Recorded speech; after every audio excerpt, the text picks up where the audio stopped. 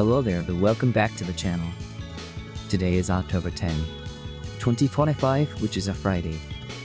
And you know what that means? It's time to dive into another trending article from the archives. Let's see what we've got today. Oh, this looks cool. The title is Moises-Light, Revolutionizing advanced by Internet for music source separation. The curl is Chips BM Arxiv 40,000.6,785. It's long. Okay, so music source separation. What is that even?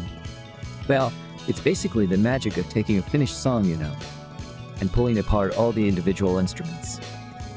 Like, you can take a Queen song and say, I just want Freddie Mercury's vocals, or I just want the drum track, or just the bass line. This paper is all about doing that with AI, but in a super smart, efficient way. So, the big problem this paper is trying to solve is that the AIs that do this are usually gigantic. Like absolutely massive. They mention one of the top models, something called Transformer. This thing has 72 million parameters just to separate one single instrument.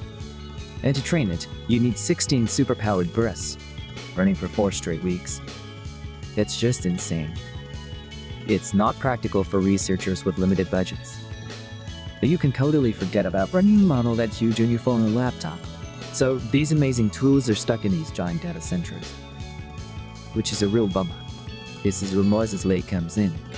The researchers were like, okay, how can we get the same, or even better results without needing a supercomputer?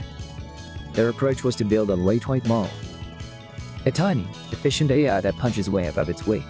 They didn't reinvent the wheel entirely. Instead, they took the best ideas from a bunch of other successful models and combined them in a really clever way. It's like they made a greatest hits album of AI architecture. They started with a model called .NET, which is already pretty light. Then, they borrowed a technique called band splitting. This is a neat idea where you split the audio signal into different frequency bands, like low, mid, and high frequencies, and the AI processes each band separately.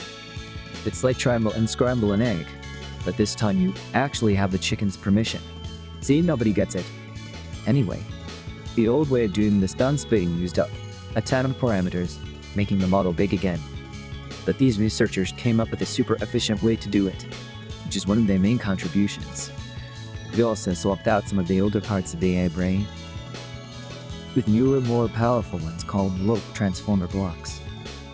These are better at understanding how sounds relate to each other over time, and they tweaked the overall design to be asymmetrical, meaning the part that analyzes the sound in a data is heavier or more powerful than the part that puts it back together, the decoder.